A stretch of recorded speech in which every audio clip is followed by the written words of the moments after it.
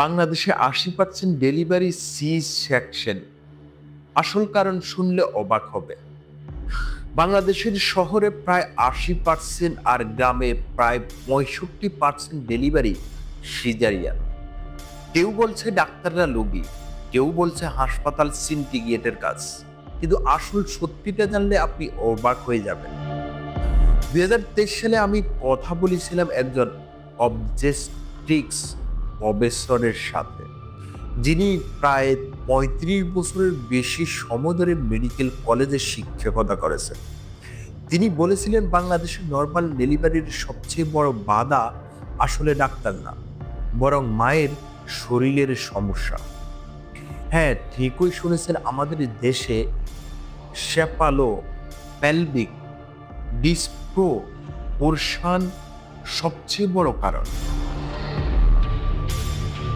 সেপালো pelvic ডিসপ্রপোরশন মানে হলো শিশুর মাথার আকার মায়ের পেলভিকের চেয়ে বড় হলে স্বাভাবিকভাবে জন্ম দেওয়া সম্ভব হয় না।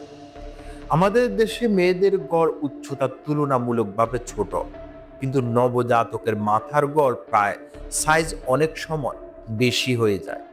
এর সাথে যোগ হয় মায়েদের প্রেগনেন্সির সময় অতিরিক্ত খাওয়া, ওভারওয়েট হওয়া, কোর মাসল ও পেলভিক মাসলের দুর্বলতা, ভিটামিন ডি ম্যাগনেসিয়ামের ঘাটতি, ইনসুলিন রেজিস্ট্যান্ট, যার ফলে নর্মাল ডেলিভারির ক্রমশ কমে যাচ্ছে।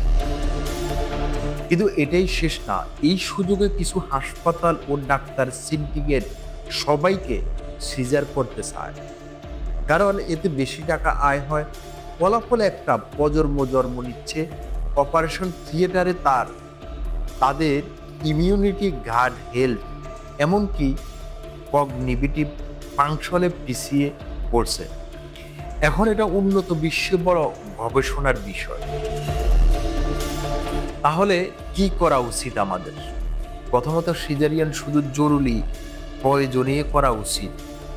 দ্বিতীয়ত, শুধু ডাক্তার বা হাসপাতালকে দোষ না দিয়ে মায়েদের ফিটনেসের দিকে মনোযোগ দিতে হবে। কিশোরী বয়স থেকে মেয়েদের পেলভিক মাসল, কোর মাসল শক্ত রাখা, সঠিক ডায়েট, নিয়মিত ব্যায়াম, এগুলো খুবই গুরুত্বপূর্ণ। তাহলে নর্মাল ডেলিভারির সম্ভাবনা বাড়বে, কারণ সুস্থ মা মানে সুস্থ প্রজন্ম। আপনার কি মনে হয় সি সেকশনের বাড়তি হার কি ডাক্তারদের ষড়যন্ত্র, নাকি আমাদের লাইফস্টাইলের ফল?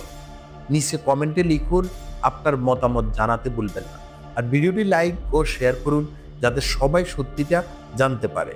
সবাই ভালো থাকবেন, সুস্থ থাকবেন। আল্লাহ হাফেজ।